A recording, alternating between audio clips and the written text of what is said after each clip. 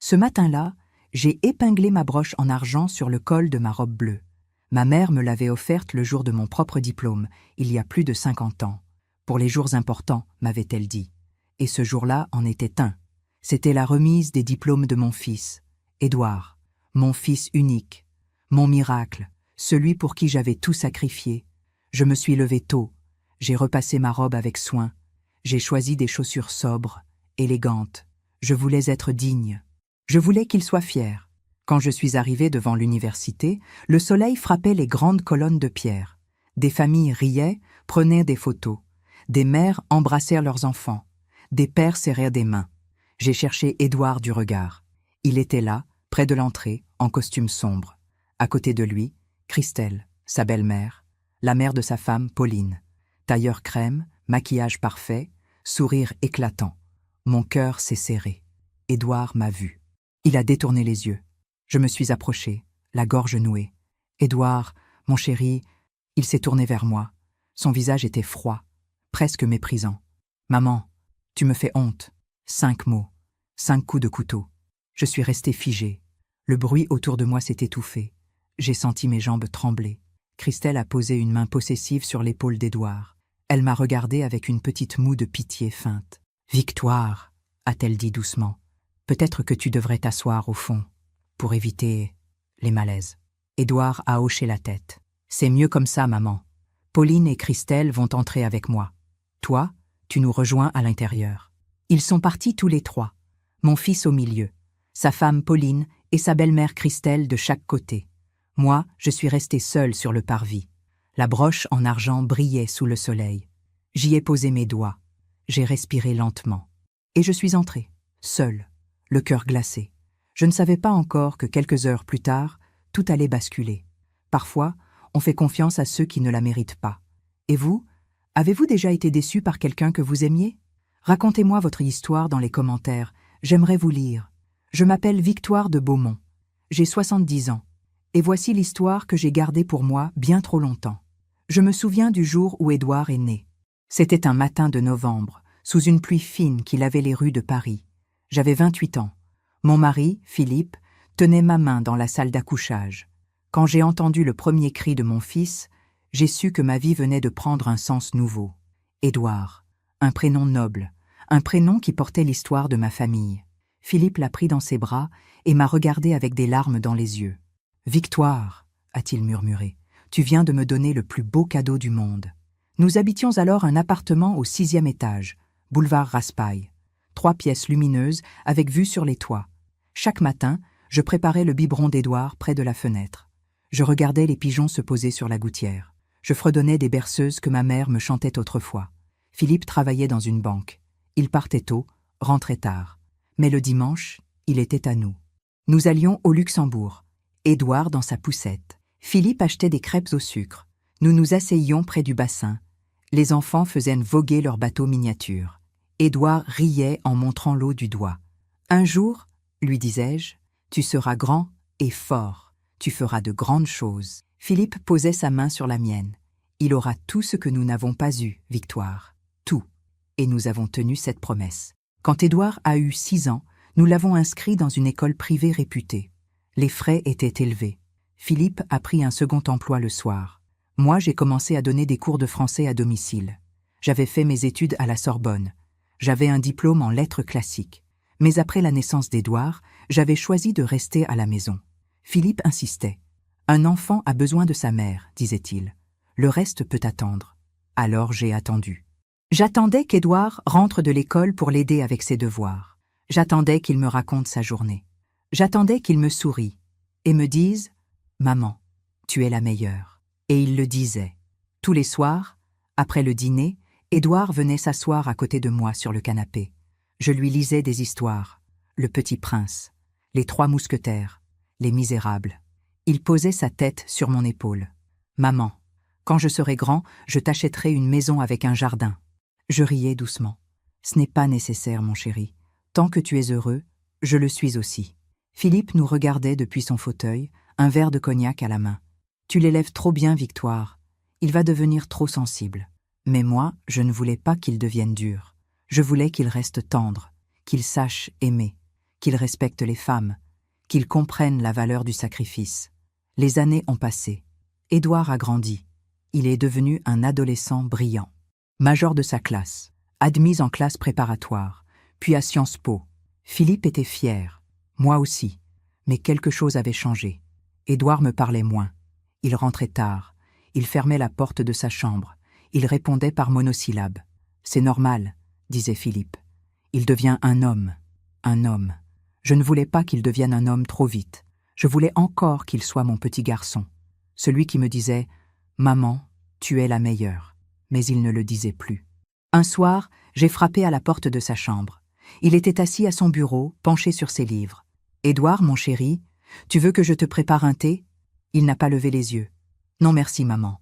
J'ai du travail. » J'ai insisté. « Tu travailles trop. Tu devrais te reposer. » Il a soupiré. « Maman, s'il te plaît, laisse-moi tranquille. Laisse-moi tranquille. » Ces mots m'ont brûlé. Mais je suis sortie sans rien dire.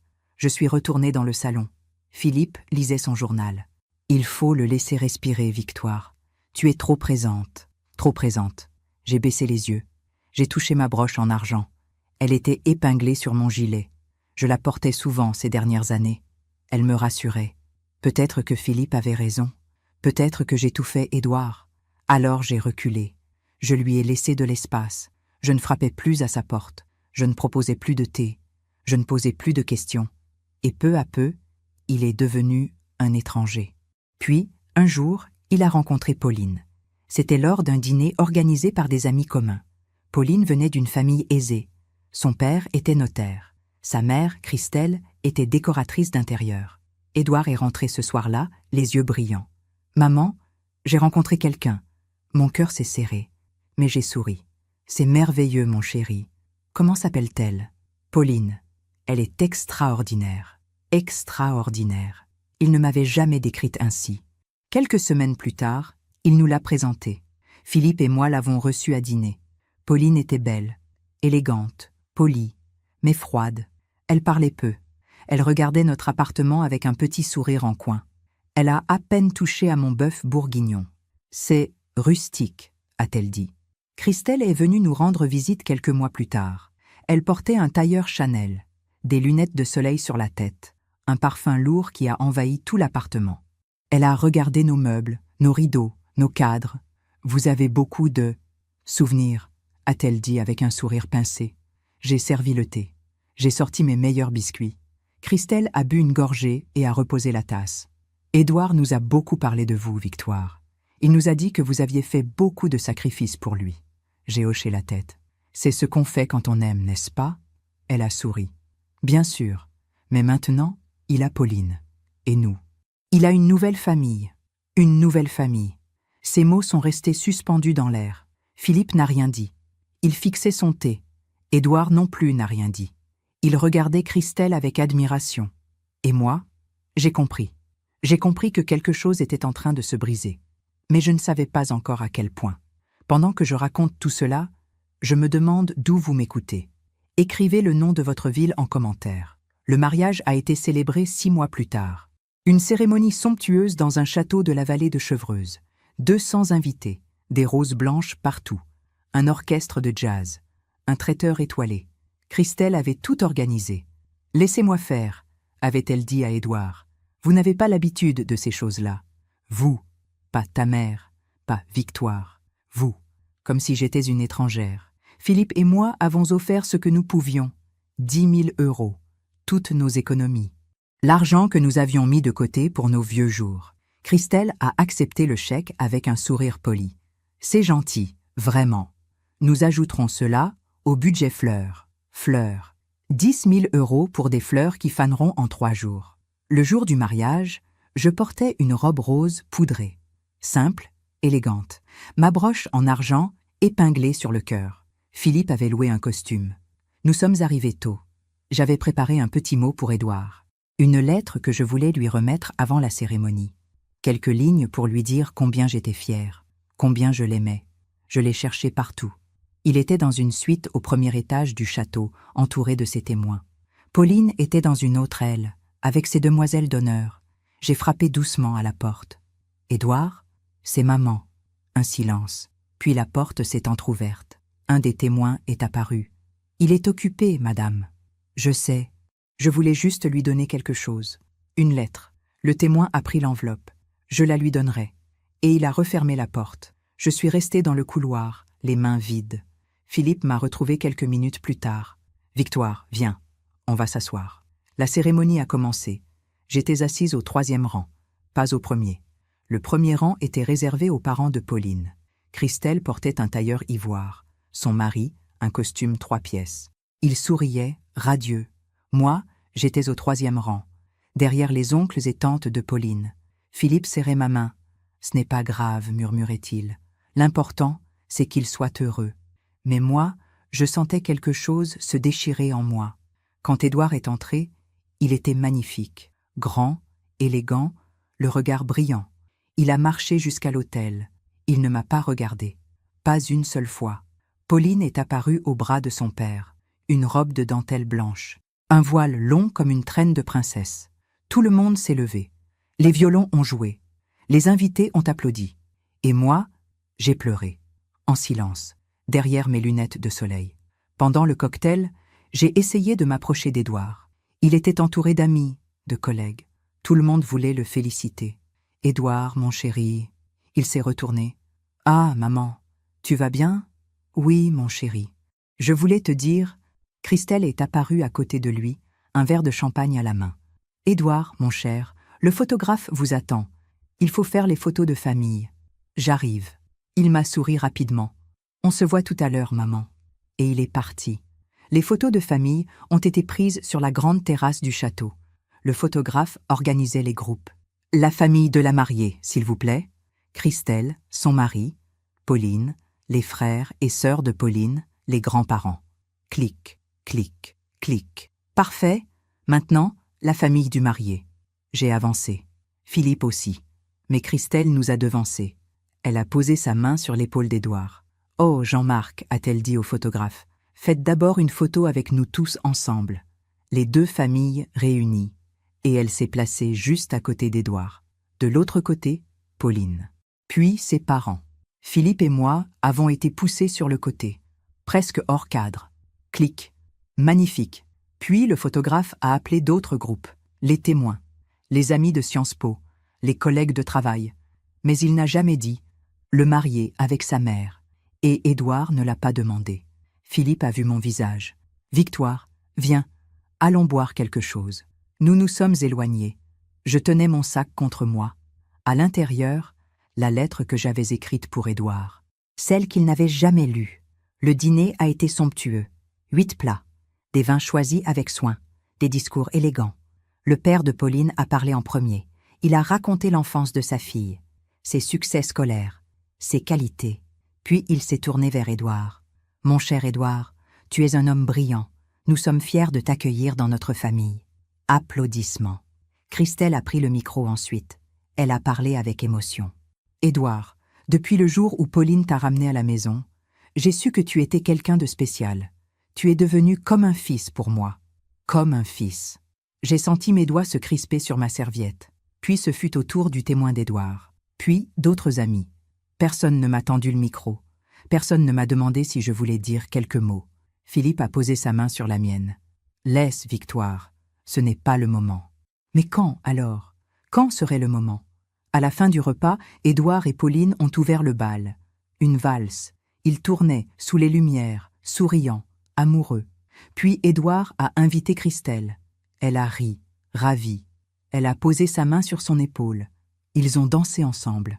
Les invités applaudissaient. « Comme c'est touchant! Quelle belle complicité !» Moi, j'étais assise à ma table. Philippe regardait la scène, le visage fermé. Édouard n'est pas venu me chercher. Pas pour une danse, pas pour un mot. Vers minuit, alors que les invités commençaient à partir, je l'ai enfin trouvé seul, près du bar. « Édouard !» Il s'est retourné. Il était fatigué. Heureux, mais fatigué. « Maman, ça va ?»« Oui, mon chéri, c'était une belle journée. »« Oui, magnifique. » Je cherchais mes mots. « Tu sais, je t'ai écrit une petite lettre. Je l'avais donnée à ton témoin ce matin, mais... » Il a froncé les sourcils. « Une lettre ? Je ne l'ai pas reçue. »« Ce n'est pas grave. Je voulais juste te dire combien je suis fière de toi. Combien je t'aime. Il a souri. Un sourire rapide, distrait. Merci, maman. Moi aussi, je t'aime. Puis Pauline est apparue, radieuse. Édouard, chéri, on doit aller saluer les derniers invités. J'arrive. Il m'a embrassé sur la joue. Bonne nuit, maman. Merci d'être venue. Merci d'être venue. Comme si j'étais une invitée parmi d'autres. Philippe et moi sommes rentrés en silence dans notre petite voiture. La nuit était froide. Les routes désertes. Il était heureux, a murmuré Philippe. C'est ce qui compte. Mais moi, je ne disais rien. Je regardais défiler les lampadaires par la fenêtre. Et je touchais ma broche en argent. Quelque chose s'était brisé ce jour-là. Quelque chose de fragile et précieux. Mais je ne voulais pas encore l'admettre. Pas encore. Les mois qui ont suivi le mariage ont été étranges. Édouard et Pauline se sont installés dans un appartement du 16e arrondissement. Un 4 pièces avec parquet haussmannien, cheminée en marbre, balcon filant. Les parents de Pauline avaient payé l'apport. Christelle avait choisi la décoration. Un style contemporain chic, m'avait dit Édouard au téléphone. Tu verras, c'est magnifique. Je ne l'ai pas vu tout de suite. Les premières semaines, Édouard était débordé. Nouveau travail, nouvelle vie, nouvelle routine. On s'organise, maman. Je t'appelle bientôt. Bientôt. Ce mot est devenu une promesse sans cesse repoussée. J'appelais. Je tombais sur le répondeur. Bonjour, mon chéri. C'est maman. Rappelle-moi quand tu as un moment. Je t'embrasse. Il rappelait 2 jours plus tard, 3 jours, parfois 1 semaine. Pardon, maman. J'ai été submergée. Ce n'est pas grave, mon chéri. Je comprends. Tu vas bien? Oui, oui. Tout va bien. Et Pauline? Elle va bien aussi. Écoute, je suis pressée. On se rappelle, d'accord? D'accord. Je t'aime. Moi aussi. Et il raccrochait. Philippe me regardait reposer le téléphone. Victoire, il faut que tu le laisses vivre sa vie. Je sais. Mais je ne savais pas comment faire. Comment laisser vivre celui à qui j'avais tout donné. Un dimanche, enfin, Édouard nous a invités à déjeuner chez eux. J'étais tellement heureuse. J'ai préparé un gâteau au chocolat, celui qu'il aimait quand il était petit, avec des amandes et un glaçage fondant. Philippe portait une chemise propre, moi une robe sobre, ma broche épinglée sur le col. Nous avons sonné à leur porte à midi précis. Pauline a ouvert. Elle portait un pantalon blanc et un pull cachemire gris. « Bonjour, entrez. » Pas de bise. Un sourire poli. L'appartement était exactement comme Édouard l'avait décrit. Lumineux, élégant, froid, des meubles design, des tableaux abstraits, pas une seule photo de famille. Édouard est sorti de la cuisine, un tablier autour de la taille. « Maman! Papa! Entrez! Entrez !» Il nous a embrassés rapidement. « Vous voulez boire quelque chose? Un verre d'eau, merci. » Nous nous sommes assis dans le salon, sur un canapé blanc, immaculé. J'avais peur de le salir. Pauline s'est assise en face de nous, les jambes croisées. « Alors, comment allez-vous? »« Très bien, merci. »« Et vous? Le travail se passe bien? »« Oui. Beaucoup de projets en ce moment. » Un silence. « Votre appartement est très beau, ai-je dit. »« Merci. C'est ma mère qui a tout coordonné. Elle a un œil exceptionnel. »« Oui, c'est certain. » Édouard est revenu avec des verrines d'avocat et saumon. « Recette de Christelle, a-t-il dit fièrement. Elle m'a appris à les faire. Philippe a goûté. C'est délicieux. J'ai posé la boîte contenant mon gâteau sur la table basse. J'ai fait ton gâteau préféré, Édouard. Il a souri. Oh, merci, maman. C'est gentil. Mais il n'a pas ouvert la boîte. Le déjeuner s'est poursuivi. Salade de quinoa, poulet rôti aux herbes, légumes vapeur. C'est Christelle qui t'a appris à cuisiner comme ça? Ai-je demandé, en essayant de sourire. Oui, elle organise des ateliers de cuisine chez elle. Pauline et moi y allons souvent. C'est vraiment convivial. Convivial. Ce mot m'a piqué. C'est bien. Très bien. Pauline a servi le vin. Édouard me dit que vous donniez des cours de français, Victoire. Oui, à domicile. Ça doit être fatigant. Un peu. Mais j'aime ça. J'aime transmettre. Vous ne pensez pas à prendre votre retraite? J'ai marqué une pause. Pas tout de suite. Nous avons encore besoin de ces revenus. Un silence embarrassé. Pauline a changé de sujet. Au fait, nous organisons un dîner samedi prochain. Des amis, des collègues. Vous êtes les bienvenus si vous voulez. Philippe a souri. C'est gentil, merci. Mais moi, je sentais que l'invitation n'était pas sincère. C'était une politesse. Rien de plus. Nous verrons, ai-je dit, selon notre emploi du temps. Après le café, Pauline a regardé sa montre. Édouard, Tu n'oublies pas? Nous avons rendez-vous chez mes parents à 16 heures. C'est vrai. Désolée maman, papa. On va devoir écourter. Nous nous sommes levés. Bien sûr. Merci pour ce déjeuner. Édouard nous a raccompagnés à la porte. À bientôt. À bientôt, mon chéri. Dans l'ascenseur, Philippe gardait le silence. En arrivant à la voiture, j'ai réalisé que j'avais oublié la boîte du gâteau sur leur table basse. Je ne suis pas remontée la chercher. Les semaines suivantes, j'ai essayé de rester présente sans être envahissante. Je n'appelais plus qu'une fois par semaine, le dimanche soir. « Bonjour mon chéri, c'est maman. Je voulais juste prendre de tes nouvelles. »« Ça va maman? Beaucoup de travail, mais ça va. Tu manges bien? »« Oui maman, ne t'inquiète pas. »« Et Pauline? Elle va bien. Tu l'embrasses pour moi. »« Oui, je t'aime. Moi aussi. Bonne semaine. » Et il raccrochait. Parfois, je lui envoyais un message. Juste quelques mots. « Pense à toi, mon chéri. »« Maman. » Il répondait avec un emoji, un cœur, un pouce levé. Jamais de mots. Philippe me disait que c'était normal. Les jeunes sont comme ça aujourd'hui. Ils communiquent autrement. Mais moi, je ne m'y habituais pas. Un soir, j'ai reçu un message d'Édouard. « Maman, on organise un dîner de Noël chez nous. Tu es invitée? Le 24 décembre à 19 heures. » Mon cœur a bondi. « Avec joie, mon chéri. Merci. » Le jour de Noël, j'ai mis ma plus belle robe. Bordeaux, avec un col en dentelle. Ma broche en argent brillait sous les lumières. J'avais préparé des cadeaux. Pour Édouard, une écharpe en cachemire. Pour Pauline, un coffret de thé fin. Philippe portait un costume sombre. Nous sommes arrivés à 19 heures précises.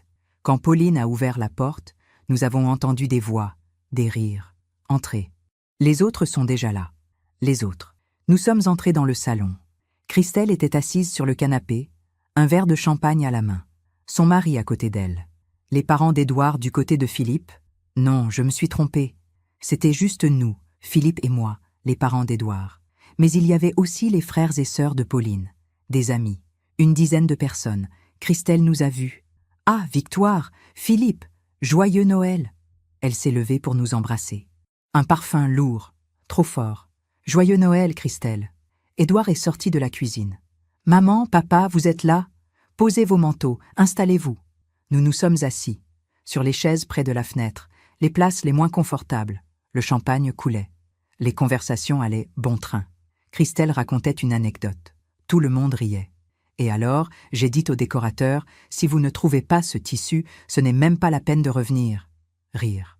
Pauline l'écoutait avec admiration. « Maman, tu es incroyable. » Moi, je buvais mon champagne en silence. Philippe discutait avec le père de Pauline. Sujet neutre, météo, économie. Personne ne nous posait de questions. Personne ne semblait remarquer que nous étions là. Au moment du dîner, nous nous sommes installés autour de la grande table.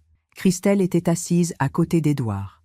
Moi, j'étais à l'autre bout, à côté de quelqu'un que je ne connaissais pas. Pendant le repas, Christelle monopolisait la conversation. « Édouard, tu te souviens de ce week-end en Normandie, quand nous t'avons emmené visiter les plages du débarquement ?» Édouard a souri. « Oui, c'était magnifique. » Pauline a ajouté « C'était l'année dernière. On avait loué une maison superbe. Je les écoutais, le cœur serré. Ils parlaient de souvenirs que je ne partageais pas, de moments où je n'étais pas présente, de voyages où je n'avais pas été invitée. » Christelle s'est tournée vers moi. « Et vous, Victoire, vous partez en vacances cet été ?» Nous ne savons pas encore. « Ah, nous louons une villa en Provence. Avec Pauline et Édouard, bien sûr. » « Bien sûr. » Elle a souri. « Vous devriez venir quelques jours, si vous voulez. Si vous voulez. C'est gentil, nous verrons. » Mais je savais que je ne viendrais pas. Je savais que cette invitation n'en était pas vraiment une. Après le dîner, nous avons ouvert les cadeaux. J'ai offert l'écharpe à Édouard. Il l'a dépliée. « Merci maman. Elle est belle. » Il l'a posée sur ses genoux. Puis Christelle lui a tendu un paquet. « Tiens, mon chéri. » De notre part. Édouard a ouvert.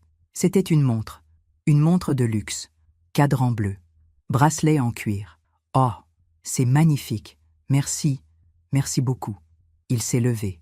Il a embrassé Christelle, longuement. « Tu es adorable. » Puis il a enfilé la montre, immédiatement. L'écharpe, elle, est restée posée sur la chaise. Philippe a vu mon visage.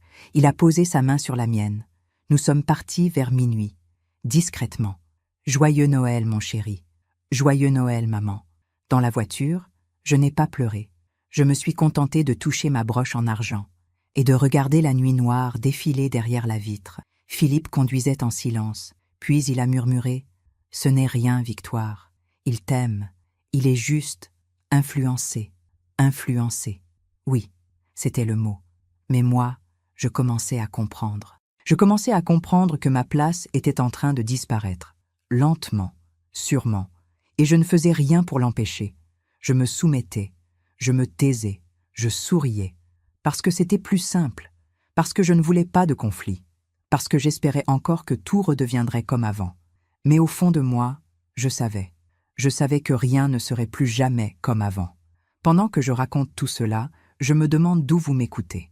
Écrivez le nom de votre ville en commentaire. Les mois ont continué à défiler.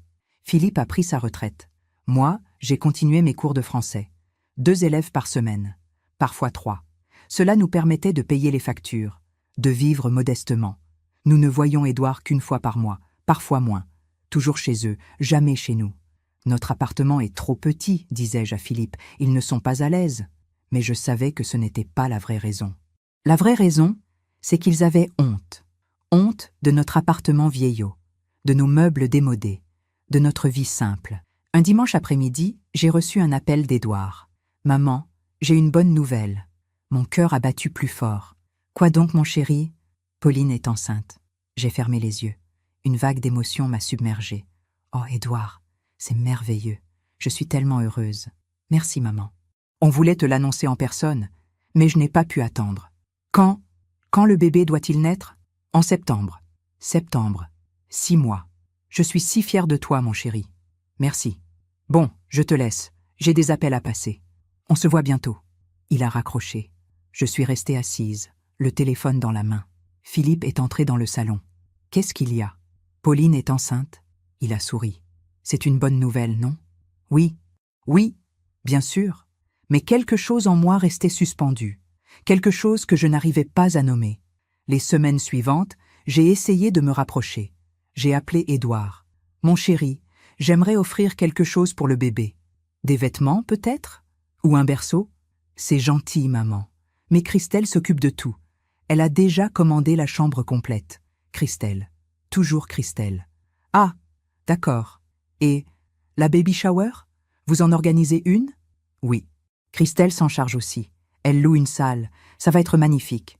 Je peux aider ? Non, ne t'inquiète pas. Tout est sous contrôle. D'accord. Un silence. Bon, je te laisse, maman. Pauline m'appelle. Édouard. Oui ? Je t'aime. Moi aussi. À bientôt. Et il a raccroché. La baby shower a eu lieu un samedi de juin, dans un salon privé d'un restaurant chic à Neuilly, ballons roses et dorés, table décorée, buffet somptueux. J'avais reçu l'invitation par courrier. Une carte élégante, calligraphiée. Vous êtes conviés à célébrer l'arrivée prochaine de notre petite fille. Philippe et moi sommes arrivés à l'heure indiquée. 14 heures. La salle était déjà remplie. Des amis de Pauline, des collègues, des membres de la famille, du côté de Pauline. Christelle circulait entre les invités, radieuse, un verre de champagne à la main. « Victoire, Philippe, entrez, entrez !» Elle nous a embrassés rapidement. Pauline est là-bas, près de la table des cadeaux. Nous nous sommes avancés. Pauline était assise sur un fauteuil blanc, entourée de coussins roses. Son ventre arrondi, un sourire éclatant. « Bonjour Victoire. Bonjour Philippe. Bonjour Pauline. Comment vas-tu ? Très bien. Fatiguée mais heureuse. C'est normal. J'ai tendu le paquet que j'avais apporté. Voilà, pour le bébé. » Elle a pris le paquet avec un sourire poli. « Merci, c'est gentil. » Elle l'a posé sur la table, parmi une dizaine d'autres. Christelle est apparue à côté d'elle. « Pauline, ma chérie, tu veux que je t'apporte quelque chose ? » « Non merci maman, ça va. » Christelle a regardé les cadeaux. « Oh, regarde celui-ci. Il vient de Mathilde. C'est une gigoteuse bon point. Magnifique. » Pauline a souri. Elle a toujours eu bon goût. Moi, je suis restée debout, à quelques pas, invisible. Édouard est arrivé peu après, accompagné de quelques amis. « Maman ! Papa !» Il nous a embrassés. « Vous avez vu ? C'est beau, non ? » « Oui, très beau. Christelle a fait un travail magnifique. »« Oui, elle est incroyable. » Il s'est éloigné pour saluer d'autres invités. Philippe et moi nous sommes assis à une table près de la fenêtre, seuls. Autour de nous, des groupes riaient, discutaient. Mais personne ne venait nous parler. Christelle a pris le micro. Mes chers amis, merci d'être venus célébrer ce moment si précieux. Pauline et Édouard vont bientôt devenir parents, et nous sommes tous tellement heureux. Je voulais dire quelques mots. Elle a parlé de Pauline, de son enfance, de ses qualités, de sa joie d'être bientôt grand-mère. Je serai là pour vous, mes chéris, à chaque instant, pour vous guider, vous soutenir, vous aider, parce que c'est ce que font les familles. Applaudissements. Puis elle a invité les invités à partager leurs souhaits pour le bébé. Une amie a raconté une anecdote. Une collègue a lu un poème. Une tante a chanté une berceuse. Moi, personne ne m'a tendu le micro. Personne n'a dit « Et la mère d'Édouard ». Elle voudrait dire quelque chose? Je suis restée assise, les mains croisées sur mes genoux. Philippe me regardait. Il savait ce que je ressentais. Après les discours, les cadeaux ont été ouverts. Pauline déballait chaque paquet avec soin.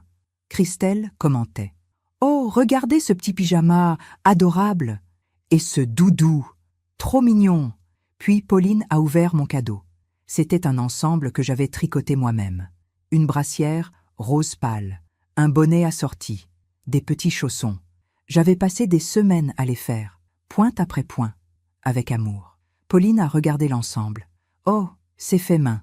Christelle s'est penchée. « C'est charmant, très artisanal, artisanal. » Le mot sonnait comme une critique déguisée. Pauline a souri poliment. « Merci Victoire, c'est gentil. » Elle a replié l'ensemble et l'a posé de côté. Puis, elle a ouvert le cadeau suivant. Un lit de voyage design. Moderne, cher. Oh, c'est exactement ce qu'il nous fallait. Merci. Elle était enthousiasmée. Moi, j'ai baissé les yeux. Philippe a pris ma main sous la table. Le soir, en rentrant chez nous, je n'ai pas parlé. Philippe a fait chauffer du thé. Victoire, je sais ce que tu vas dire. Ils ne se rendent pas compte. Ou ils s'en rendent compte, et ils s'en fichent. Philippe a soupiré. Ne dis pas ça. Mais je le pensais de plus en plus. Quelques jours plus tard, j'ai trouvé un article dans un magazine. Un article sur les relations mère-fils. Sur la manière dont certaines belles-mères prenaient la place des mères biologiques. Subtilement, progressivement. J'ai lu l'article en entier. Chaque phrase résonnait en moi. Elle s'impose dans les décisions. Elle s'approprie les moments importants. Elle crée une dépendance affective. Elles isolent. J'ai replié le magazine. J'ai touché ma broche en argent. Et j'ai compris. J'ai compris ce qui était en train de se passer. Ce n'était pas un hasard. Ce n'était pas de la maladresse. C'était une stratégie. Christelle était en train de me remplacer. Et Édouard la laissait faire. Un soir, j'ai décidé de parler à Édouard. Je l'ai appelé. « Mon chéri, est-ce qu'on peut se voir? Juste toi et moi. » Il a marqué une pause. « Pourquoi? Il y a un problème? » « Non. Enfin si. J'aimerais qu'on parle. » « De quoi? » « De nous.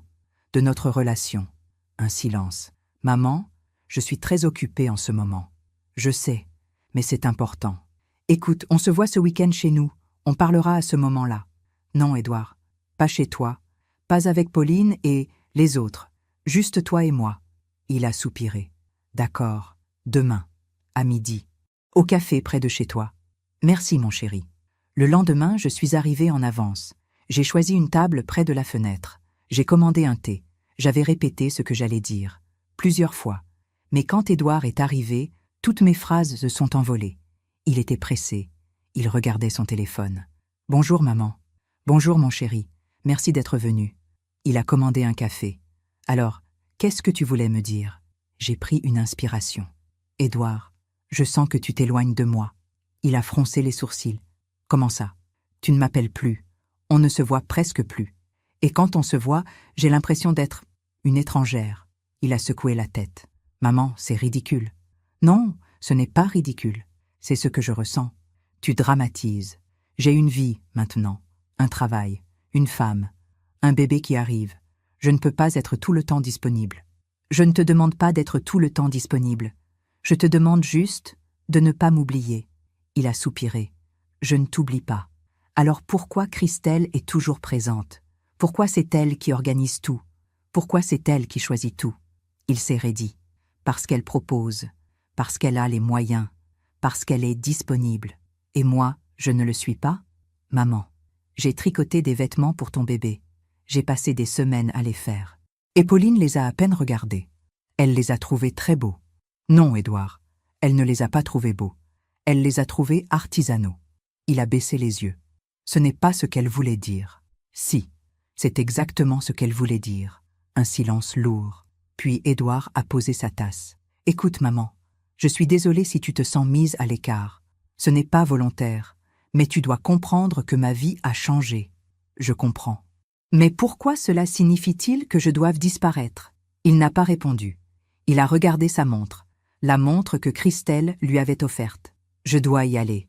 J'ai une réunion. Édouard, on en reparle, d'accord? Il s'est levé. Il a posé un billet sur la table. Prends soin de toi, maman. Et il est parti. Moi, je suis restée assise, seule, devant mon thé froid. J'ai touché ma broche en argent. Et j'ai compris. J'ai compris que mes mots ne suffiraient pas. Qu'il était déjà trop loin, trop influencé, trop perdu. Le bébé est né en septembre. Une petite fille, 3 kilos de sang, cheveux bruns, yeux clairs. Ils l'ont appelée Marguerite. J'ai appris la nouvelle par un message. Maman, Marguerite est née ce matin à 6h17.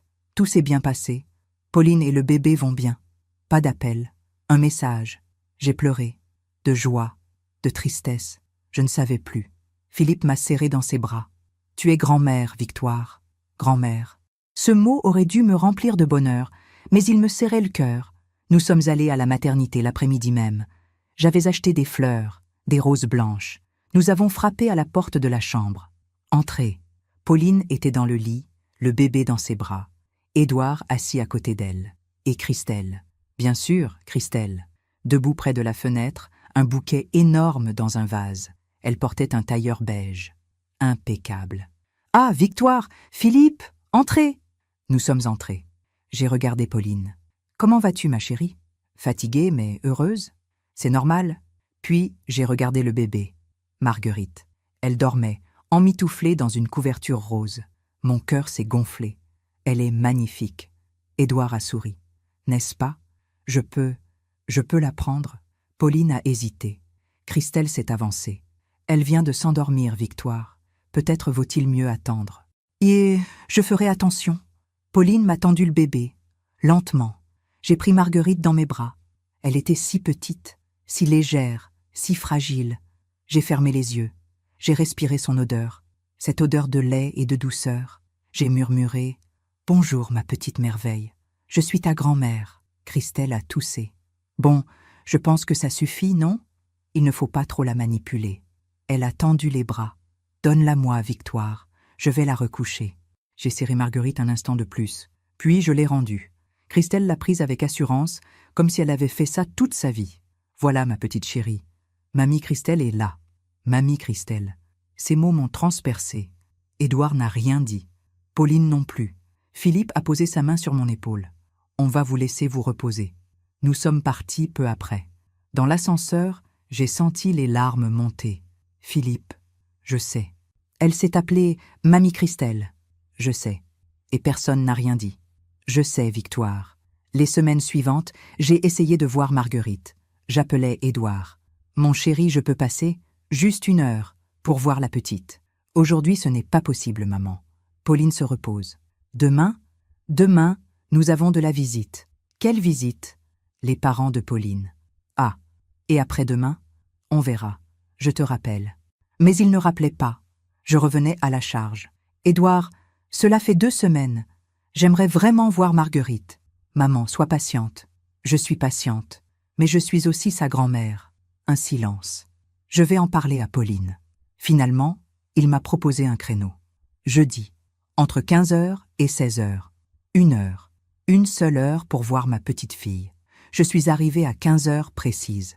Pauline m'a ouvert, cheveux tirés, visage fatigué. « Bonjour Victoire. »« Bonjour ma chérie. Comment vas-tu ?»« Ça va. »« Entre. » Je suis entrée. L'appartement était impeccable, trop impeccable. « Où est Marguerite ?»« Dans sa chambre. Elle dort. Je peux la voir ?»« Oui, mais ne la réveille pas. » Je suis entrée dans la chambre que Christelle avait décorée. Murs blancs, meubles scandinaves, mobile design suspendu au plafond. Marguerite dormait dans son berceau. Je me suis penchée. J'ai regardé son visage paisible. Elle ressemblait à Édouard quand il était bébé. J'ai tendu la main pour caresser sa joue. « Victoire, ne la touche pas. » Je me suis retournée. Pauline était dans l'embrasure de la porte. Je voulais juste... Elle a du mal à s'endormir en ce moment. Si tu la réveilles, ce sera compliqué. D'accord. Je suis restée là, debout, à la regarder dormir. Pauline est repartie dans le salon. Au bout de 10 minutes, elle m'a appelée. « Victoire, tu veux un thé ?» Je suis sortie de la chambre. Nous nous sommes assises. Pauline a servi le thé. « Alors, comment ça va de ton côté ?»« Bien, merci. Et toi, tu tiens le coup ?»« Oui. Heureusement, maman vient tous les jours. Elle m'aide énormément. Tous les jours. C'est bien. Oui, je ne sais pas ce que je ferais sans elle. Elle connaît tellement de choses sur les bébés.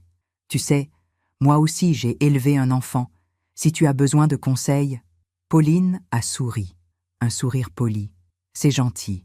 Mais maman gère très bien. Maman. Elle ne parlait pas de moi. Elle parlait de Christelle. Un silence. Puis Pauline a regardé sa montre. « Excuse-moi, Victoire, mais je dois préparer le biberon de Marguerite pour 16 heures. Il était 15h45. Bien sûr, je vais y aller. » Je me suis levée. « Embrasse Édouard pour moi. Je n'y manquerai pas. » Je suis partie. 1 heure. J'avais eu 1 heure. Et j'avais passé la moitié à regarder un bébé dormir sans pouvoir le toucher. Les mois ont passé. Marguerite a grandi. 3 mois, 6 mois, 9 mois. Je la voyais rarement. Christelle, elle, était toujours là. Un jour, j'ai reçu un message d'Édouard avec une photo. Marguerite assise dans une chaise haute. Elle souriait. Elle tenait une cuillère. Derrière elle, Christelle, les bras autour d'elle. La légende disait « Premier repas solide avec mamie ». Mamie, pas mamie Christelle. Juste mamie. Comme si Christelle était la seule grand-mère. Comme si je n'existais pas. J'ai montré la photo à Philippe. Il a serré les mâchoires. C'est inacceptable. Que veux-tu que je fasse? Parle à Édouard. Dis-lui ce que tu ressens. Je l'ai déjà fait. Il ne m'écoute pas. Alors insiste. Mais je n'ai pas insisté. J'avais peur. Peur de perdre le peu qu'il me restait. Peur qu'il me repousse définitivement. Alors je me suis tue. Encore. Un soir de décembre, j'ai reçu un appel. Ce n'était pas Édouard. C'était Mathilde, une ancienne voisine, une amie de longue date. « Victoire, il faut que je te parle. »« Qu'est-ce qu'il y a ?»« J'ai vu Édouard aujourd'hui, au parc, avec Pauline et le bébé. »« Oui. Et ?» Christelle était avec eux. « Ce n'est pas nouveau. »« Attends, ce n'est pas tout. » Mathilde a pris une inspiration. « J'ai entendu Marguerite. Elle a dit son premier mot. Mon cœur s'est arrêté. »« Quel mot ?»« Mamie. » Un silence. Elle a dit « Mamie » et elle regardait Christelle. J'ai fermé les yeux. « Victoire, tu es là ?»« Oui. Je suis désolée. Je pensais que tu devais savoir. »« Merci, Mathilde. » J'ai raccroché. Philippe est entré dans le salon. Qui c'était? Je ne pouvais pas parler. Il a vu mon visage. « Victoire, le premier mot de Marguerite. C'était « Mamie ». Et alors, c'est merveilleux. Elle parlait de Christelle, Philippe. Pas de moi. Il s'est assis à côté de moi. Nous sommes restés silencieux, longtemps. Puis j'ai touché ma broche en argent. Et j'ai compris. J'ai compris que je n'étais plus la grand-mère. Christelle avait pris ma place. Complètement. Définitivement. Et Édouard l'avait laissé faire. Il m'avait effacé. Comme si je n'avais jamais existé. Comme si tout ce que j'avais donné ne comptait plus. Je me demande encore si j'ai fait le bon choix en restant silencieuse si longtemps. Et vous? Qu'auriez-vous fait à ma place? J'ai porté cette douleur pendant des mois. En silence, comme j'avais toujours tout porté. Mais quelque chose en moi commençait à se briser. Vraiment. Philippe le voyait. Il me regardait le matin, devant mon bol de café, les yeux vides, les gestes mécaniques. « Victoire, tu ne peux pas continuer comme ça. »« Je sais. Alors fais quelque chose. »« Quoi ? Parle-lui, vraiment. Dis-lui tout. » J'ai hoché la tête. Il avait raison. C'était au mois de mars. Marguerite avait 1 an et demi. Édouard avait organisé une fête pour son anniversaire. Chez eux. Bien sûr. Tu viens, maman? 15 heures. Oui, mon chéri. Je serai là. J'avais acheté un cadeau. Une petite poupée en tissu. Faite à la main. Douce. Simple. Philippe et moi sommes arrivés un peu avant 15 heures. L'appartement était décoré. Ballons multicolores, guirlandes, une table remplie de gâteaux et de bonbons. il y avait déjà du monde. Les parents de Pauline, des amis, des enfants qui couraient partout. Et Christelle, bien sûr, au centre de tout, organisatrice en chef. « Victoire! Philippe! Vous êtes là! Entrez !» Nous sommes entrés. Marguerite jouait sur un tapis, entourée de jouets. Mon cœur s'est serré en la voyant. Elle avait tellement grandi. Je me suis approchée. « Bonjour, ma chérie. » Elle m'a regardée, sans sourire, comme si j'étais une étrangère. « Marguerite, dis bonjour à Mamie Victoire, » a dit Édouard. « Mamie Victoire, pas juste Mamie. » Marguerite n'a rien dit. Elle est retournée à ses jouets. Christelle est arrivée derrière moi. Elle est timide en ce moment, n'est-ce pas, ma puce? Elle s'est accroupie. Marguerite s'est jetée dans ses bras. « Mamie !» Christelle a ri. « Oui, ma chérie. Mamie est là. » J'ai détourné les yeux. Philippe a posé sa main sur mon épaule. « Viens, on va s'asseoir. » Nous nous sommes installés sur le canapé, loin de l'agitation. La fête a commencé. Jeux, rires, chansons. Christelle animait tout. Elle portait Marguerite. Elle la faisait rire. Elle soufflait les bougies avec elle. Édouard prenait des photos. Pauline souriait. Moi, j'étais spectatrice, invisible. À un moment, ils ont ouvert les cadeaux. Christelle avait offert une petite cuisine en bois, luxueuse, avec des accessoires. Marguerite était ravie. « Mamie, mamie, tu aimes, ma chérie ?»« Oui. » Puis ce fut mon tour. Édouard a tendu le paquet à Marguerite. « Tiens, ma puce. Ça vient de Mamie Victoire. » Marguerite a ouvert le papier. Elle a sorti la poupée. Elle l'a regardée, sans expression. Puis elle l'a posée par terre. Et elle est retournée à sa cuisine en bois. Christelle a ramassé la poupée. « Oh, c'est mignon. »« Mignon. » Encore ce ton condescendant. Pauline a souri poliment. « Merci, Victoire. » Mais personne n'a insisté. La poupée a été mise de côté. Oubliée. Comme moi. À la fin de la fête, tout le monde est parti. Sauf Christelle. Elle est restée pour aider à ranger. Philippe et moi nous sommes levés. On va y aller aussi. Déjà ? A dit Édouard. Oui, nous sommes fatigués. Édouard nous a raccompagnés à la porte. Je me suis arrêtée. Édouard. Oui ? Est-ce que je peux te parler ? En privé ? Il a regardé vers le salon. Pauline et Christelle rangeaient. Maintenant ? Oui, s'il te plaît. Il a soupiré.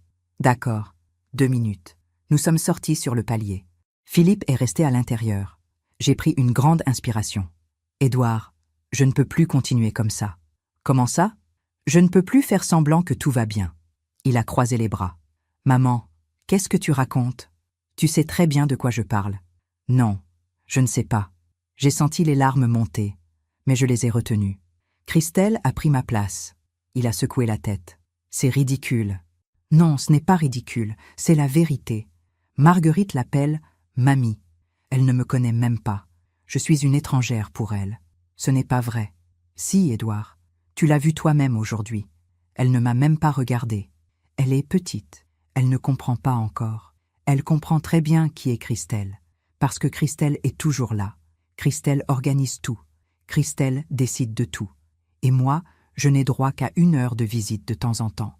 Édouard a soupiré. « Maman, tu exagères ?»« Non, je n'exagère pas. Et toi, tu le sais, mais tu ne veux pas le voir ou tu ne veux pas l'admettre. » Il a regardé par terre. « Christelle nous aide beaucoup. Elle est présente, elle a les moyens, elle a du temps. Et moi, je n'ai rien à offrir, c'est ça ? Ce n'est pas ce que j'ai dit. Mais c'est ce que tu penses. » Un silence. « Maman, je suis désolée si tu te sens comme ça. Mais je ne sais pas quoi faire. Tu pourrais commencer par me donner une place, une vraie place. Pas des miettes. Tu as une place. » « Non, Édouard. Je n'en ai plus. Christelle a tout pris. Et tu l'as laissé faire. » Il s'est raidi. « Christelle n'a rien pris du tout. Si, elle a pris mon fils, ma petite fille, ma place dans cette famille. Tu dramatises. Non, je dis la vérité. Une vérité que tu refuses d'entendre. » Sa voix s'est durcie. « Écoute, maman. Je suis désolée si tu es malheureuse. Mais je ne peux pas tout contrôler. J'ai ma vie, ma famille, mes priorités. Mes priorités. » Ces mots m'ont transpercé. « Et je ne fais plus partie de tes priorités. C'est ça ?» Il n'a pas répondu. Il a détourné les yeux. Et dans ce silence, j'ai eu ma réponse. J'ai senti quelque chose se déchirer en moi. Définitivement. « Très bien, Édouard. » Ma voix était calme, froide. « Je comprends. » « Maman. » « Non, c'est bon, j'ai compris. J'ai touché ma broche en argent. Une dernière fois. Tu sais, j'ai tout sacrifié pour toi. Mon travail, ma carrière, mes rêves. J'ai vécu pour toi, uniquement pour toi. Je sais, maman, et je t'en suis reconnaissant. Non, tu ne l'es pas. Si tu l'étais, tu ne m'aurais pas effacé. Il a baissé les yeux. Prends soin de toi, Édouard. Je me suis retournée. J'ai ouvert la porte. Maman, attends. Mais je ne me suis pas retournée. Philippe m'attendait. Il a vu mon visage. On y va. Nous sommes partis. Dans l'ascenseur, j'ai pleuré. Pour la première fois depuis des mois, j'ai pleuré. Sans retenue. Philippe me tenait dans ses bras. Je suis fière de toi, Victoire. Tu as dit ce que tu avais à dire. Ça n'a rien changé. Peut-être, mais au moins, tu as parlé. Nous sommes rentrés chez nous. Cette nuit-là, je n'ai pas dormi. Je pensais à Édouard, à tout ce que j'avais donné, à tout ce que j'avais perdu. Et je me suis demandé si un jour, il comprendrait. Si un jour, il mesurerait ce qu'il avait fait. Les jours suivants, Édouard n'a pas appelé. Pas de message, pas de nouvelles. J'ai attendu. En vain. Puis, 3 semaines plus tard, j'ai reçu une lettre manuscrite, de Pauline. Chère Victoire, Édouard m'a parlé de votre conversation. Je tenais à vous écrire pour clarifier certaines choses. Nous apprécions tout ce que vous avez fait pour Édouard, mais nous pensons qu'il est préférable, pour le moment, de prendre un peu de distance. Marguerite a besoin de stabilité, et vos remarques créent des tensions inutiles. Nous vous tiendrons informés des événements importants, mais nous vous demandons de respecter notre espace. Cordialement, Pauline. J'ai lu la lettre. 2 fois. 3 fois. Philippe l'a lu aussi. C'est Christelle qui a écrit ça. Je sais. Que vas-tu faire? J'ai replié la lettre. Lentement. Rien. Comment ça, rien? Je vais respecter leur demande. Victoire. Non, Philippe. J'ai assez supplié, assez couru derrière eux, assez mendié de l'amour. Ma voix était calme, presque sereine. S'ils veulent de la distance, ils l'auront. Philippe m'a regardé. Tu es sûr? Oui. J'ai posé la lettre sur la table, et j'ai enlevé ma broche en argent. Je l'ai rangée dans son écrin. Je ne la porterai plus, plus pour lui. Philippe a pris ma main. Et maintenant, je vis. Pour moi. Pour la première fois depuis des années, j'ai senti une forme de paix. Triste, douloureuse, mais une paix quand même. J'avais tout perdu, mais j'avais aussi retrouvé quelque chose. Ma dignité. Les mois qui ont suivi ont été étranges, vides, mais étrangement apaisants. Je n'appelais plus Édouard. Je n'envoyais plus de messages. Je n'attendais plus rien. Philippe me regardait avec inquiétude au début. « Tu es sûr que ça va ?»« Oui. »« Tu ne regrettes pas ?»« Regretter quoi ? D'avoir dit la vérité ? » ?»« Non. »« Mais Édouard, Marguerite, ils ont fait leur choix, Philippe. Et toi, quel est ton choix ? » J'ai réfléchi. Mon choix, c'est de me respecter. Enfin, il a hoché la tête. Je suis fière de toi. J'ai recommencé à vivre, doucement, à petits pas. J'ai repris mes cours de français avec plus d'enthousiasme. J'ai accepté de nouveaux élèves, des adultes, des étrangers qui voulaient apprendre notre belle langue. J'aimais les voir progresser, les voir sourire quand ils réussissaient une phrase complexe. « Madame de Beaumont, vous êtes une excellente professeure », me disait l'un d'eux. Cela faisait longtemps qu'on ne m'avait pas complimenté. Cela faisait longtemps que je ne m'étais pas senti utile. Philippe et moi avons recommencé à sortir. Nous allions au cinéma, au théâtre. Nous nous promenions dans Paris, main dans la main, comme avant Édouard, comme quand nous étions jeunes. « On a oublié de vivre pour nous », a dit Philippe un soir. « Oui, mais ce n'est pas trop tard. » « Non, ce n'est pas trop tard. » Nous avons souri. J'ai aussi retrouvé des amis. Mathilde, bien sûr, mais aussi Claire, Agnès, Simone, des femmes de mon âge, des femmes qui avaient un vécu, souffert, aimé, perdu. Nous nous retrouvions dans des cafés. Nous parlions de tout, de nos vies, de nos enfants, de nos déceptions. « Mon fils ne m'appelle que quand il a besoin d'argent », disait Claire. « Le mien a déménagé à l'étranger. Je ne le vois qu'une fois par an », disait Agnès. « Le mien m'a dit que j'étais trop envahissante, alors je me suis effacée. Et maintenant, il me reproche de ne plus être là », disait Simone. Nous rions, amèrement, tristement. Mais nous nous comprenions. Nous n'étions pas seuls.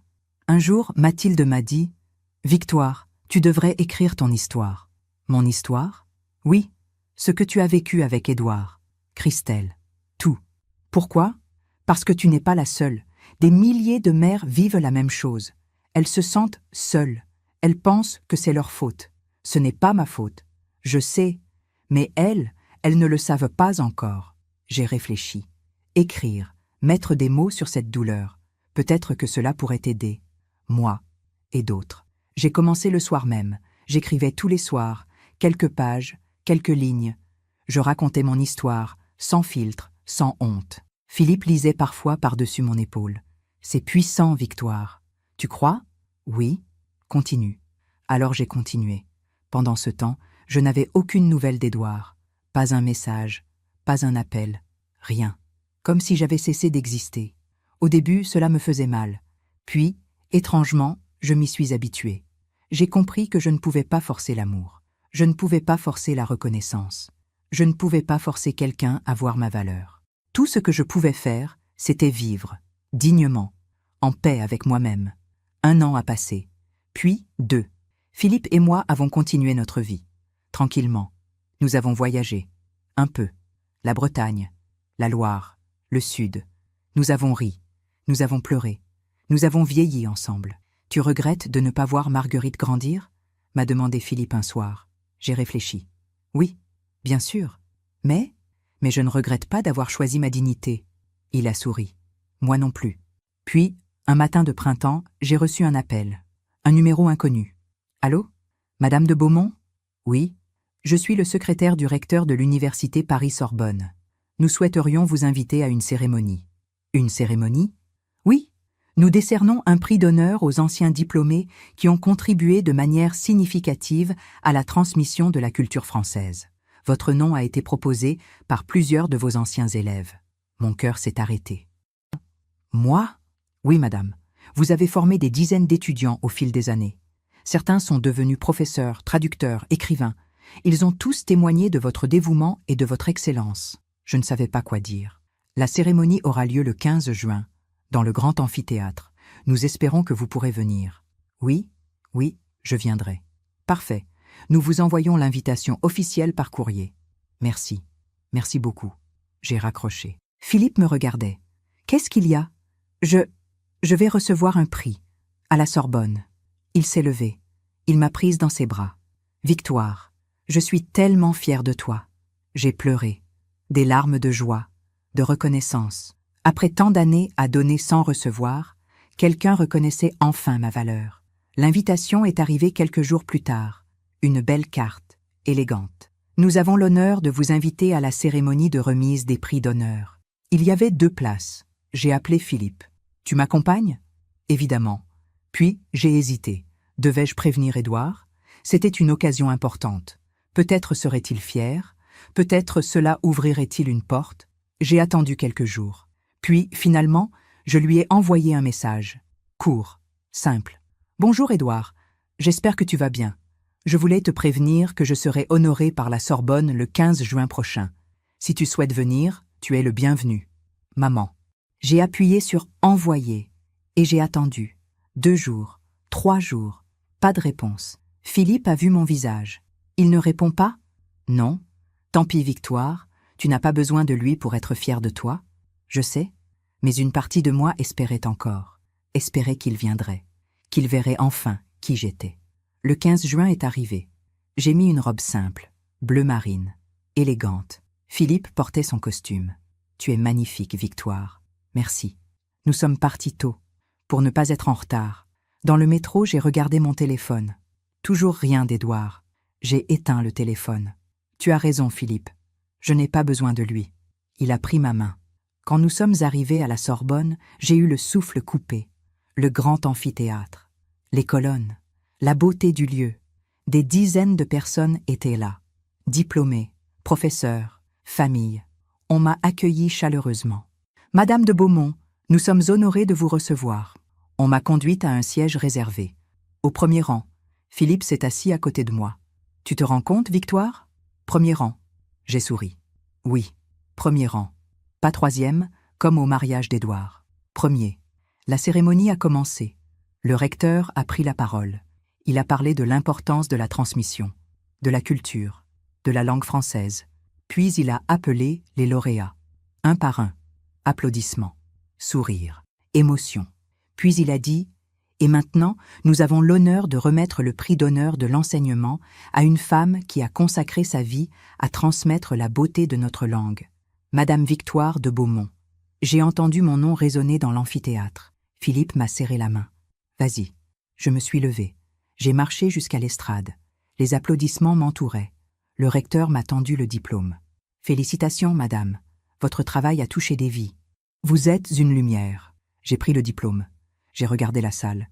Des centaines de personnes. Et parmi elles, dans les derniers rangs, j'ai aperçu une silhouette. Un homme, grand, en costume. Édouard. Il était venu. Mon cœur a bondi. À côté de lui, Pauline et Christelle. Bien sûr. Il me regardait. Le visage d'Édouard était étrange. Mélange de surprise, de confusion, peut-être même de honte. Nos regards se sont croisés. J'ai souri, doucement, puis je me suis tournée vers le recteur. Et j'ai prononcé quelques mots. Merci, merci infiniment. Ce prix ne m'appartient pas seul. Il appartient à tous ceux qui ont cru en moi, à tous ceux que j'ai eu l'honneur d'enseigner, et surtout à celui qui m'a toujours soutenu. Mon mari, Philippe. Philippe a levé la main, modestement. J'ai continué. On pense parfois que le sacrifice efface notre valeur, mais ce n'est pas vrai. Donner de soi ne nous diminue pas. Cela nous grandit. Aujourd'hui, je suis heureuse, parce que j'ai compris que ma valeur ne dépend pas de ceux qui la reconnaissent, mais de celle que je me donne moi-même. Merci. Applaudissements. Longs, chaleureux. Je suis redescendue. Philippe m'a embrassée. Tu as été parfaite. À la fin de la cérémonie, les invités se sont retrouvés dans le hall pour le cocktail. Je parlais avec d'anciens élèves. Ils me remerciaient, me félicitaient. Madame de Beaumont, vous avez changé ma vie. Grâce à vous, j'ai découvert ma passion. J'écoutais, je souriais, j'étais émue. Puis j'ai senti une présence derrière moi. Je me suis retournée. Édouard, il était là, seul. Pauline et Christelle étaient restées à l'écart. Maman, Édouard, un silence. Je ne savais pas. Quoi donc? Que tu avais fait tout ça. Je l'ai toujours fait, Édouard, depuis des années. Il a baissé les yeux. Je suis désolée. De quoi? De ne pas avoir vu. J'ai posé ma main sur son bras. Édouard, je ne t'en veux pas. Mais non, écoute-moi, je ne t'en veux pas, parce que je comprends maintenant. Tu as fait tes choix, j'ai fait les miens. Maman, Chut, c'est bon. Il avait les larmes aux yeux. Je regrette tellement. Je sais. Est-ce qu'on peut recommencer? J'ai souri, tristement. On ne peut pas recommencer, Édouard. On ne peut qu'avancer, différemment. Alors, avançons. J'ai hoché la tête. Peut-être, un jour, quand tu seras prêt, vraiment prêt. Philippe est apparu à côté de moi. Victoire, on doit y aller. Oui. Je me suis tournée vers Édouard. Prends soin de toi, mon fils, et de ta famille. Maman, au revoir, Édouard. Nous sommes partis. Lui, il est resté là, debout, seul. Et pour la première fois, j'ai compris. J'ai compris que la vraie justice n'est pas la vengeance, c'est la lucidité. C'est le moment où celui qui a blessé réalise enfin ce qu'il a perdu. Après cette journée à la Sorbonne, quelque chose avait changé. Pas chez moi, chez Édouard. Il a commencé à m'envoyer des messages, régulièrement. « Bonjour maman, comment vas-tu? Je pensais à toi aujourd'hui. J'aimerais qu'on se voie. » Au début, je ne répondais pas toujours. J'avais besoin de temps, de m'assurer que ce n'était pas de la pitié, ou de la culpabilité passagère. Philippe me disait « Donne-lui une chance. Je ne sais pas si je peux. Tu n'es pas obligé de tout pardonner. Mais tu peux écouter. » Alors j'ai écouté. Nous nous sommes revus, dans un café, neutre. Édouard était nerveux. Il jouait avec sa tasse. « Merci d'être venue, maman. »« De rien. Je voulais te dire que j'ai beaucoup réfléchi. »« Ah oui? »« Oui, depuis la cérémonie. » Il a levé les yeux vers moi. « Quand le recteur a prononcé ton nom, j'ai ressenti quelque chose d'étrange. »« Quoi donc? » ?»« De la fierté, mais aussi de la honte. » J'ai attendu qu'il continue. « Honte de ne pas avoir su qui tu étais. Honte de t'avoir traité comme une obligation. » Édouard. « Non, laisse-moi finir. S'il te plaît. » J'ai hoché la tête. Pendant des années, j'ai cru que Christelle m'apportait ce dont j'avais besoin. Elle était disponible, généreuse. Elle avait les moyens. Il a marqué une pause. Mais j'ai réalisé quelque chose. Quoi? Tout ce qu'elle me donnait venait avec des conditions, des attentes. Comment ça? Il a soupiré. Elle voulait toujours contrôler, décider, imposer sa vision des choses. Et tu t'en rends compte seulement maintenant? Oui, je sais. J'ai été aveugle. J'ai bu une gorgée de thé. Continue. Il y a 3 semaines, Pauline et moi avons eu une dispute, à propos de Marguerite. Pauline voulait l'inscrire dans une école Montessori. Moi, j'étais d'accord. Mais Christelle a insisté pour une école privée très stricte, celle où elle connaissait la directrice. Et alors, Pauline a cédé. Encore. Comme toujours. Il a serré sa tasse. Et moi, j'ai réalisé que nous ne décidions plus rien. C'était Christelle qui décidait. Et tu le lui as dit? Oui. J'ai levé les sourcils. Et comment a-t-elle réagi? Mal. Très mal. Elle m'a dit que j'étais ingrat. Que sans elle, nous n'aurions rien. Que nous devrions être reconnaissants. Reconnaissants? Oui. J'ai souri tristement. Tu vois, Édouard, c'est la différence entre donner par amour et donner pour contrôler. Il a baissé les yeux. Je sais. Un silence. Et maintenant? Ai-je demandé. Maintenant, je veux changer. Je veux reprendre le contrôle de ma vie, de ma famille. Et Pauline? Elle est d'accord. Elle aussi commence à en avoir assez. Et Christelle? Il a hésité. Nous avons pris de la distance. C'est-à-dire, nous lui avons dit que nous avions besoin d'espace, que nous voulions prendre nos propres décisions. Comment l'a-t-elle pris? Elle a pleuré. Elle a dit qu'on la rejetait, qu'elle avait tout sacrifié pour nous. J'ai souri amèrement. Le sacrifice. Ce mot qu'elle utilisait maintenant contre eux, comme une arme. Mais nous avons tenu bon, a continué Édouard. Nous devons vivre notre vie. J'ai hoché la tête. C'est bien. Maman? Oui, je suis désolée. Vraiment désolée. Je sais. Est-ce que tu peux me pardonner? J'ai réfléchi. Pardonner. Ce mot si lourd. Édouard, je ne sais pas si je peux tout pardonner. Pas encore. Tu m'as fait beaucoup de mal. Il a hoché la tête, les larmes aux yeux. Mais je peux essayer, petit à petit. Merci, maman. Les mois suivants, Édouard a tenu parole. Il m'appelait régulièrement. Il venait me voir, avec Pauline et Marguerite, chez moi, dans mon petit appartement. La première fois que Marguerite est entrée, elle a regardé partout avec curiosité. « C'est chez toi, Mamie Victoire ?» Mamie Victoire. Pas juste Mamie, mais c'était déjà ça. Oui, ma chérie. C'est joli. Elle a touché mes livres, mes photos, mes petits objets. Qui c'est sur la photo? C'est ton papa, quand il était petit. Il était mignon. J'ai souri. Oui, il l'était. Édouard nous regardait, ému. Petit à petit, j'ai repris une place. Pas la même qu'avant. Une place différente, plus saine, moins sacrificielle. Je voyais Marguerite, mais je ne m'imposais pas. Je donnais des conseils, mais je ne contrôlais pas. J'aimais, mais je ne m'oubliais plus. Un jour, Édouard m'a appelé. « Maman, il faut que je te dise quelque chose. »« Quoi donc ?»« Christelle, elle ne va pas bien. » Mon cœur s'est serré. Malgré tout. Okene, qu'est-ce qu'il s'est passé? Depuis que nous avons pris nos distances, elle s'est isolée. Comment ça? Elle ne sort plus. Elle ne voit plus personne. Elle appelle Pauline plusieurs fois par jour, en pleurant, en disant qu'elle est seule, qu'elle a tout perdu. Et son mari? Ils se parlent à peine, ils travaillent tout le temps.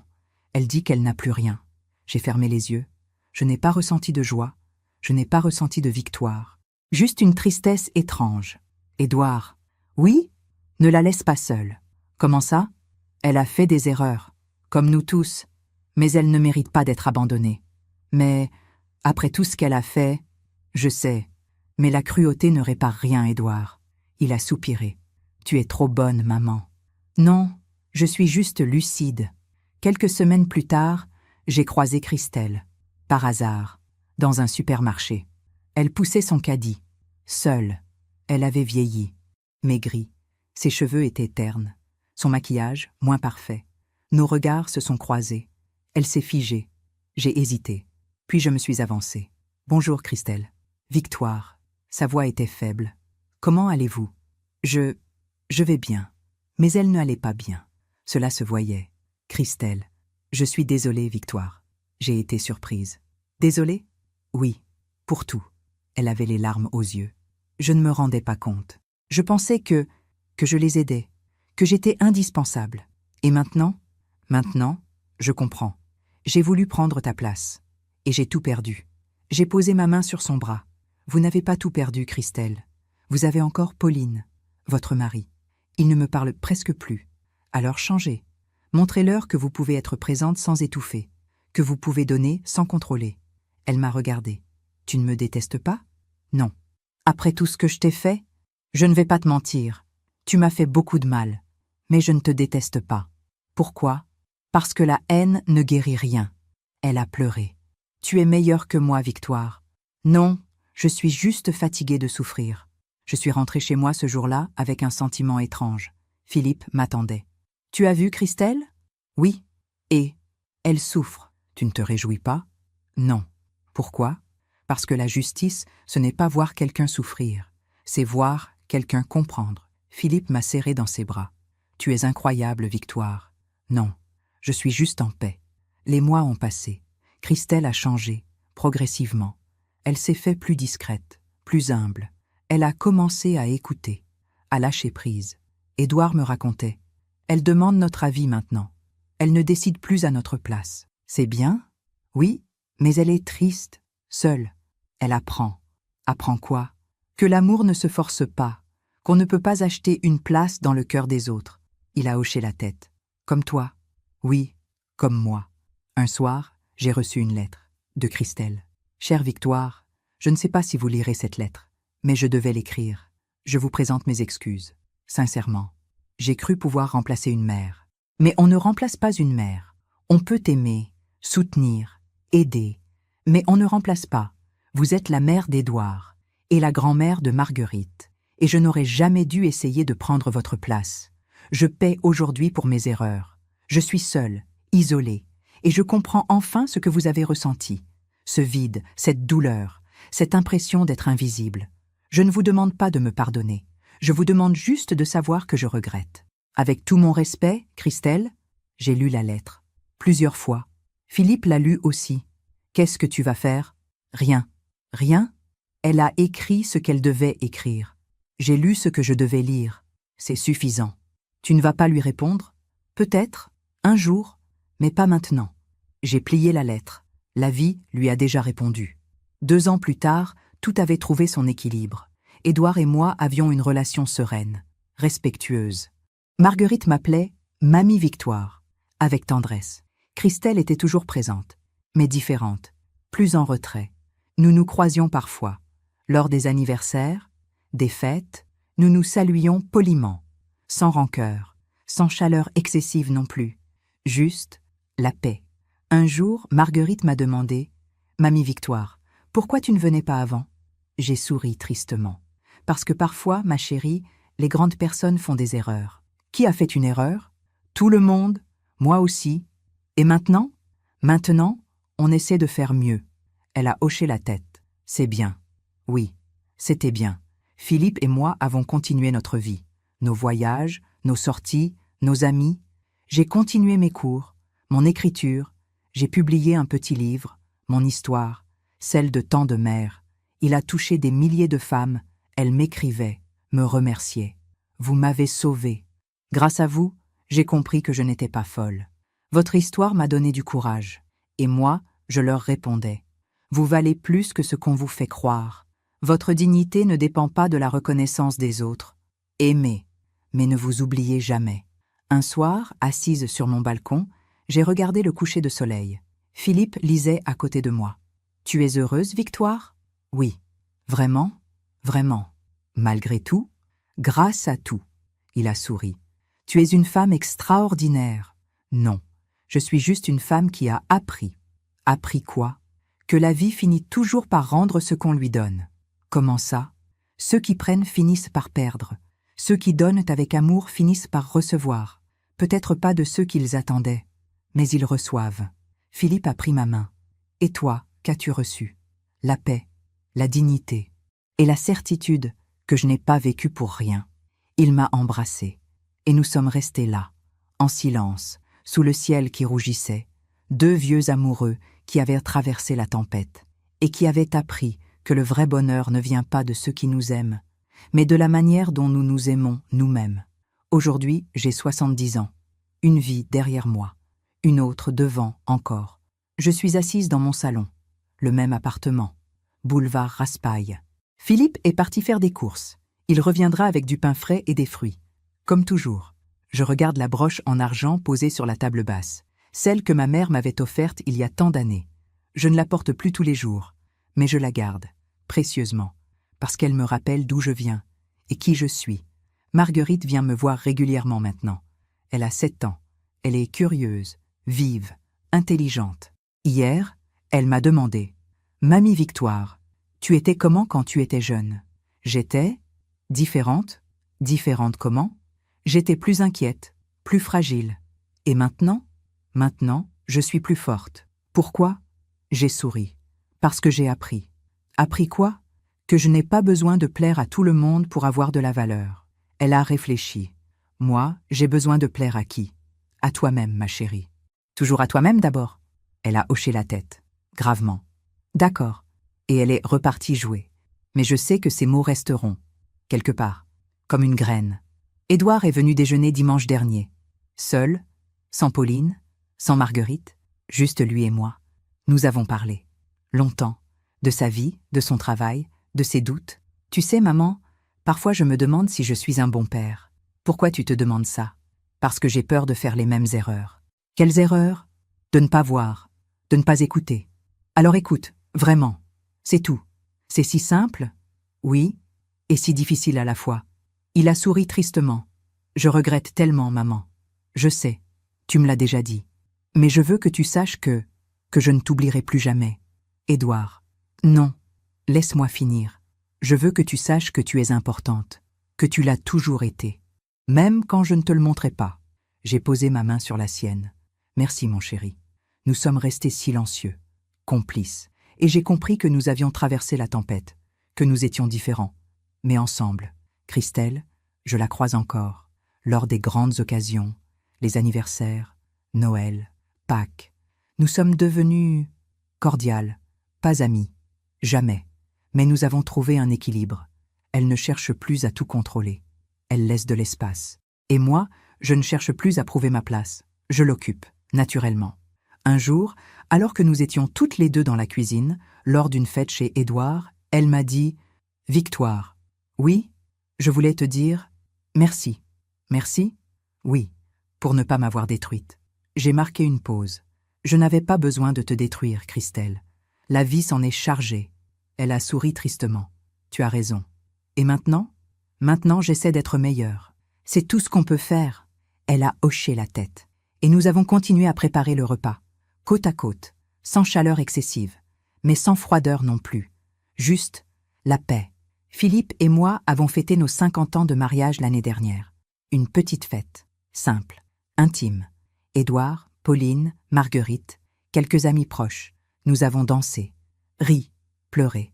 Philippe m'a offert un nouveau bijou, un pendentif. Pour remplacer la broche? Ai-je demandé. Non, pour compléter. J'ai souri. Il a raison. On ne remplace pas le passé. On le complète. J'ai continué à écrire. Mon histoire a été lue par des milliers de femmes. Certaines m'écrivent encore. Des lettres longues, émouvantes. Elles me racontent leur vie, leurs douleurs, leurs espoirs. Je leur réponds toujours. N'oubliez jamais votre valeur. Vous n'êtes pas responsable de l'aveuglement des autres. Aimez, mais ne vous perdez jamais. Et parfois, elles m'écrivent à nouveau, des mois plus tard, des années. Vous aviez raison, j'ai repris ma vie. Je me suis enfin respectée. Merci, merci pour vos mots. Et moi, je pleure, de joie, parce que ma douleur a servi à quelque chose, parce que mon histoire a aidé, parce que rien n'a été vain. Un soir, alors que je rangeais mes affaires, j'ai retrouvé la lettre, celle que j'avais écrite pour Édouard, le jour de son mariage, celle qu'il n'avait jamais lue. Je l'ai ouverte, lentement, et j'ai relu mes mots. Mon chéri, aujourd'hui, tu te maries, et je suis la mère la plus fière du monde. Je voulais te dire quelque chose que je n'ai jamais osé te dire en face. Tu es tout pour moi. Tu as toujours été tout. Mais je veux que tu saches une chose, tu ne me dois rien.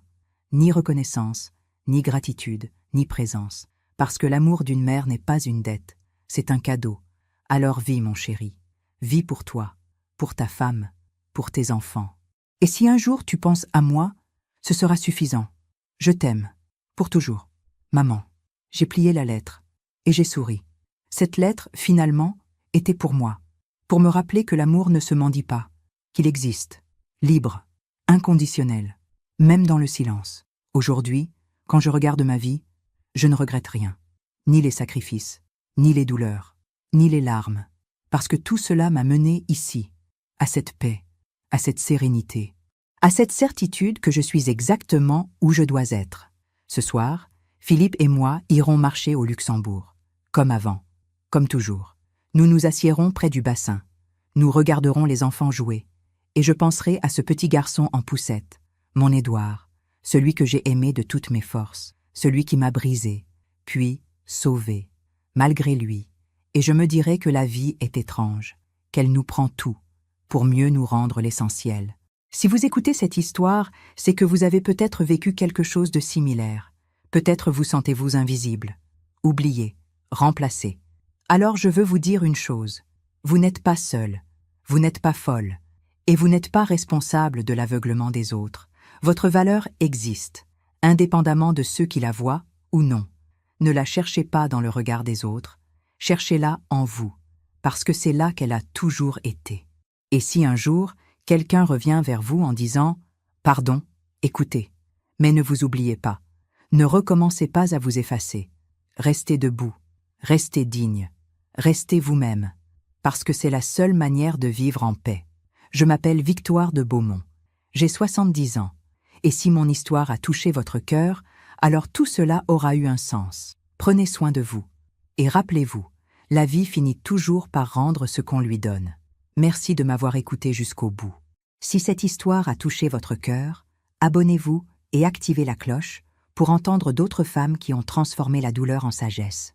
Chaque jour, une femme, une leçon de vie.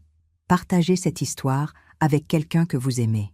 Parfois, une histoire change toute une journée. Que Dieu vous bénisse et à très bientôt.